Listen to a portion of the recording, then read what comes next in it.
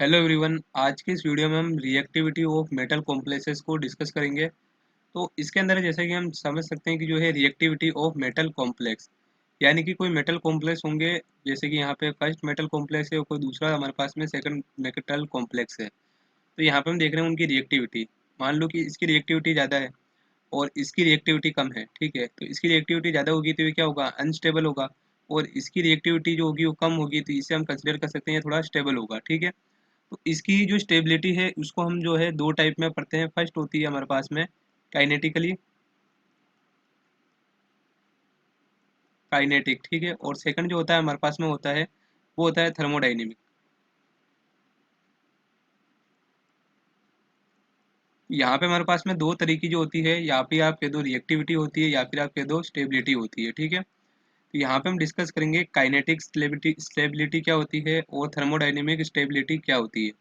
तो यहाँ पे आप काइनेटिक से समझ सकते हो कि क्या होगा। यहाँ पे हम जो है रेट ऑफ रिएक्शन की बात करेंगे। किसकी बात करेंगे? रेट ऑफ रिएक्शन की। जबकि जब हम इसकी बात करेंगे थर्मोडायनेमिक, तो यहाँ पे हम देखेंगे फ्री एनर्जी, ठीक है। तो फ्री एनर्जी जिसकी जो होगी वो कम होगी, या फिर इसके इधर हिसाब से देखेंगे फ्री एनर्जी की किसकी ज़्यादा है और किसकी कम है, उसके हिसाब से हम डिस्कस करेंगे कि वो स्टेबल है या नहीं, ठीक है। तो सबसे पहले हम देखते हैं कि ये स्टेबिलिटी के आधार पर हमने कॉम्प्लेक्सेस को कैसे बांट रखा है। तो यहाँ पे हम देखेंगे फर्स्ट है हमारे पास में थर्मोडायनेमिक स्टेबिलिटी और सेकंड आएगी हमारे पास में काइनेटिक स्टेबिलिटी। तो सबसे पहले हम देखते हैं कि जो हमारी थर्मोडायनेमिक स्टेबिलिटी होती है वो क्या होती है। As complex in solution are concerned, there are two kinds of stabilities. First is thermodynamic stability, measure of the extent to which the complex will be formed or will be transformed into another species when the system has reached equilibrium.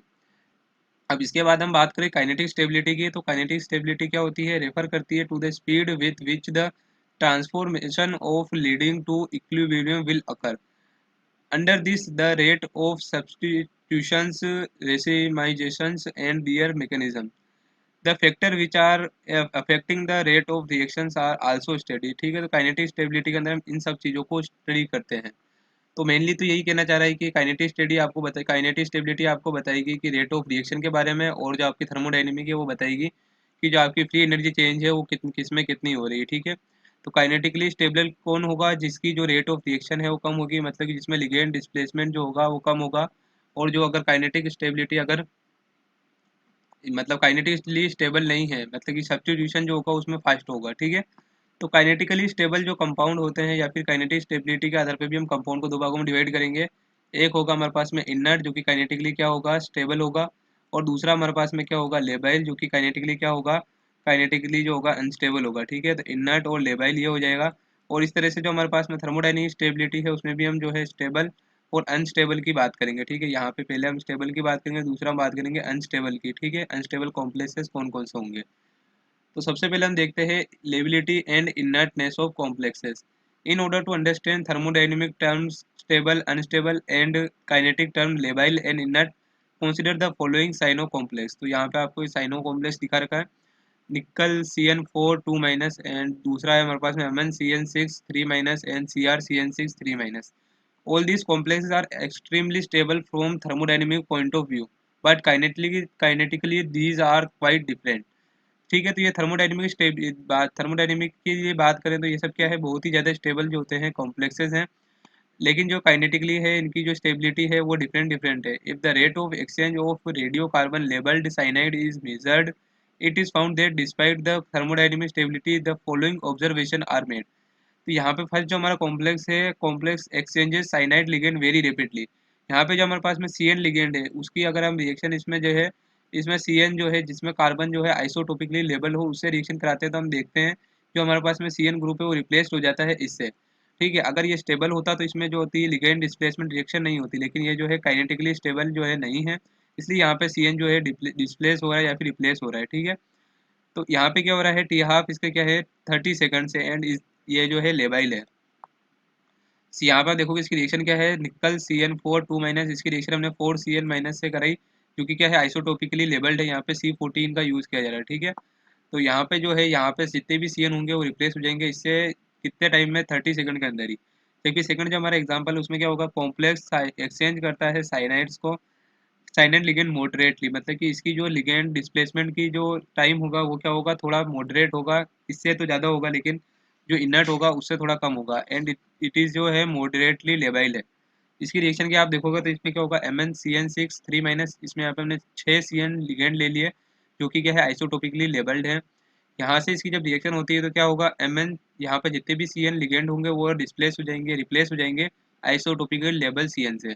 और यहाँ पे जो time लगेगा वो 1 our लगेगा, इसलिए क्या है मॉडरेटली लेबाइल है, फुल्ली लेबाइल भी नहीं है। लेकिन जो हमारा नेक्स्ट एग्जांपल था वो क्या था, CrCN6 3 माइनस कॉम्प्लेक्स। वो क्या करता है, एक्सचेंज करता है cyanide ligand extremely slowly.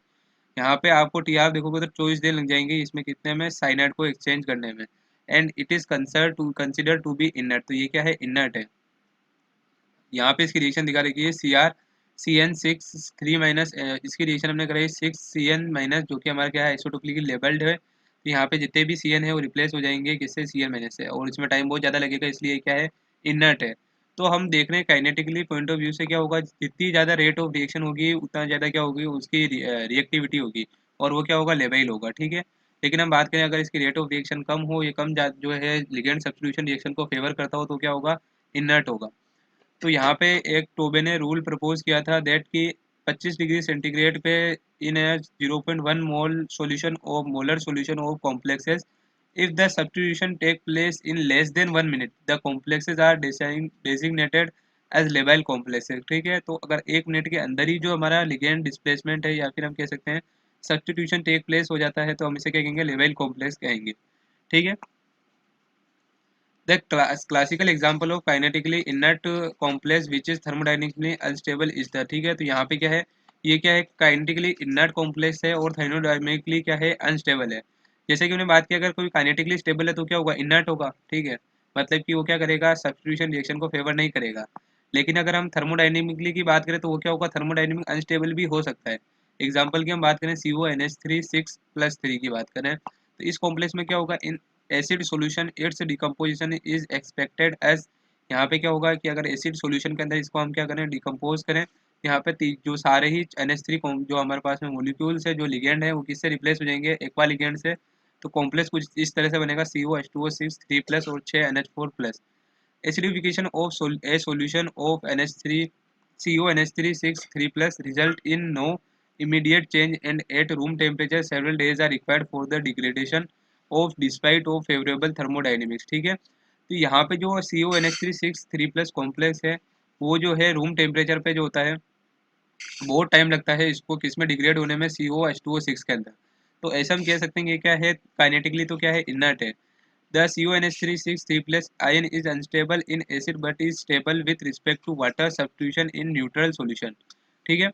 Thus thermodynamically stability is strictly a function of the change in free energy delta G, which is a state function, meaning that its value is determined exclusively by difference between the initial state and the final state, or the free energy of the initial products and the final product. In other words, thermodynamic stability is total independent of pathway between the reactant and product. Kinetically lability or inert kinetically inertness is dependent on the activation energy, the difference in the energy between the reactant and activated complex. And low activation energy result in a fast reaction, ठीक है। तो हम देखते हैं कि जो thermodynamic stability होती है वो तो रिलेटेड होती है डेल्टा जी से, जो कि क्या है, फ्री एनर्जी है। और जो हमारी काइनेटिकली स्टेबिलिटी होती है जिसकी हम बात करें तो वो तो होती है रेट ऑफ रिएक्शन पे डिपेंड करती है, और वो किस पे डिपेंड करता है, एक्टिवेशन एनर्जी पे, ठीक है। तो इसको जब मैं एक्स्ट्रा जो है किससे समझेंगे, जो हमारे पास में एनर्जी प्रोफाइल डायग्राम होते हैं कुछ इस तरह से, उससे आपको समझ में आएगा कि जो हमारे पास में कौन जो है ज़्यादा स्टेबल है कौन नहीं, ठीक है। तो ये जो है जैसे मान लो कि मैंने यहाँ पे फ्री एनर्जी ले रखी है और यहाँ पे मैं क्या ले रहा हूँ, एक्सटेंट ऑफ रिएक्शन ले रहा हूँ, ठीक है। तो ये क्या होगा कि जैसे हमारे पास में रिएक्टेंट है और ये हमारे पास में क्या है, प्रोडक्ट है। कोई एक रिएक्शन की बात करूँ, ये कुछ हमारे पास में इसका जो है इसकी क्या है, ट्रांजिशन स्टेट है, ठीक है। तो जो हमारा रिएक्टेंट है वो प्रोडक्ट में कन्वर्ट हो रहा है तो उसकी जो फ्री एनर्जी है वो डिक्रीज हो रही है, यहाँ पे आप देख सकते हो। तो ये जो क्या है, स्टेबल है, इसकी फ्री एनर्जी कम है इसलिए ज़्यादा स्टेबल होगा, इसलिए प्रोडक्ट का फॉर्मेशन हुआ। और ये रिएक्टेंट जो है इसकी फ्री एनर्जी ज़्यादा है तो ये क्या है, अनस्टेबल है, इसलिए क्या करेगा, प्रोडक्ट का फॉर्मेशन करेगा, ठीक है। तो ये जो थी हमारे पास में क्या थी, थर्मोडायनेमिक स्टेबिलिटी थी।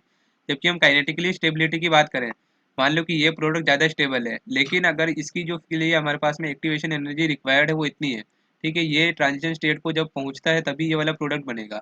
लेकिन अगर हम कंसिडर करें कि इसी रिएक्टेंट से कोई दूसरी अगर कोई ट्रांजिशन स्टेट हो, ये थोड़ा गलत हो गया।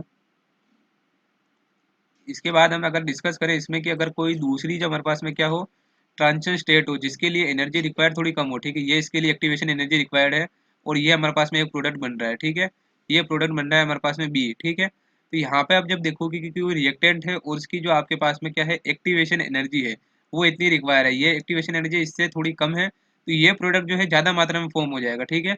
अगर आप इसको गर्म नहीं करोगे, जो नॉर्मल रूम टेम्परेचर वाली कंडीशन है उसमें, तो क्या होगा, यही वाला जो प्रोडक्ट है वो ज़्यादा मात्रा में बनेगा। क्यों बनेगा? क्योंकि जो हमारे पास में रिएक्टेंट है वो कम एनर्जी में ही क्या बन जाएंगे, बी वाला जो प्रोडक्ट है उसमें कन्वर्ट हो जाएंगे। तो ये जो है आपकी क्या है, काइनेटिकली स्टेबिलिटी है, ठीक है। तो ये प्रोडक्ट ज़्यादा फॉर्म हो जाएगा, तो जो ज़्यादा बनेगा वो ज़्यादा जो हमारे पास में क्या हो जाएगा, काइनेटिक से रिलेटेड हो जाएगा, ठीक है। तो इस तरह से ये क्या है, काइनेटिकली स्टेबिलिटी है। और जब आप जी की बात करो तो वो क्या है, वो हमारे पास में है थर्मोडायनेमिक स्टेबिलिटी है। तो यहाँ पे आप देखोगे कि पी प्रोडक्ट जो है थर्मोडायनेमिक स्टेबल है, फिर भी ये कम मात्रा में आपको बनेगा एट रूम कंडीशन पे, और जो हमारे पास में बी प्रोडक्ट है वो ज़्यादा मात्रा में बनेगा। क्यों? क्योंकि इसके लिए जो हमारे पास में एक्टिवेशन एनर्जी बैरियर है वो कम है। लेकिन अगर आप इसको गर्म करोगे तो क्या होगा, रिएक्टेड मॉलिक्यूल कोलाइड करेंगे और इनकी एनर्जी जो हो जाएगी बढ़ जाएगी। तो ये इस वाले एनर्जी बैरियर को भी क्रॉस कर सकते हैं, और जो आपका पी प्रोडक्ट है वो ज़्यादा बनेगा, क्योंकि ये जो है थर्मोडायनेमिक स्टेबल है, ठीक है। तो ये होती है आपकी थर्मोडायनेमिक स्टेबिलिटी और काइनेटिक स्टेबिलिटी। अब जो है थर्मोडायनेमिक स्टेबिलिटी की और काइनेटिक स्टेबिलिटी की हमने बात करी, उसके बाद मैंने देखा जो काइनेटिकली स्टेबल कंपाउंड होते हैं या फिर कॉम्प्लेक्सेस होते हैं, वो दो तरह के होते हैं, एक तो लेबाइल होता है, एक इनर्ट कॉम्प्लेक्सेस होता है, ठीक है। तो अब देखते हैं कि जो लेबाइल कॉम्प्लेक्स क्या होता है, इनर्ट कॉम्प्लेक्स क्या होता है। तो लेबाइल कॉम्प्लेक्स की बात करें, these are the complex which permit quick exchange of one or more ligand from their coordination sphere. Coordination sphere क्या होता है, ये जो हम बॉक्स बनाते हैं जिसके अंदर कॉम्प्लेक्स के जो हमारे पास जैसे CuNH3 6 है, तो यहाँ पे हमने क्या करा है कि जो हमारे पास में ये कॉम्प्लेक्स है, इसको हमने दो जो है बॉक्स के अंदर जो या फिर दो ब्रैकेट के अंदर बंद रख रखा है, तो यही जो क्या है कोऑर्डिनेशन स्फीयर होता है, ठीक है। तो these are the complex which permit quick exchange of one or more ligand from their coordination sphere by other ligand are called as labile complexes, ठीक है। तो इनमें क्या होता है, लिगेंड जो सब्स्टिट्यूशन होता है वो फास्ट होता है, ठीक है। और इनर्ट कॉम्प्लेक्स की बात करें तो these are complexes which either do not permit exchange of ligand or in which exchange of ligand is very slow, ठीक है। तो ये जो होते हैं एक्सचेंज ऑफ लिगेंड को परमिट ही नहीं करते हैं, या फिर क्या होता है कि लिगेंड एक्सचेंज होता है बहुत ज़्यादा स्लो होता है, तो वो क्या होते हैं, इनर्ट कॉम्प्लेक्सेस होते हैं, ठीक है। और ये जो इनकी ये जो हमारे पास में कैरेक्टरिस्टिक है उनको हम क्या कहते हैं, लेबिलिटी, और इसके जो कैरेक्टरिस्टिक है इसको हम क्या कहते हैं, इनर्टनेस कहते हैं। On the basis of rate of exchange of ligand existed by the complex, the complexes are designated as labile and inert. This tendency is known as kinetically stability, ठीक है। तो ये जो टेंडेंसी है वो क्या है, काइनेटिक स्टेबिलिटी, ठीक है। तो जो हमारे इनर्ट एंड लेवाइल नेचर है मेटल कॉम्प्लेक्सेस का डिपेंड करता है, कुछ कंडीशंस होती है उन पे। फर्स्ट है हमारे पास में कि electronic configuration of the central metal ion of the complex. Second है the three dimensional geometry of complex. और थर्ड है हमारे पास में the coordination number existed by the metal ion, ठीक है।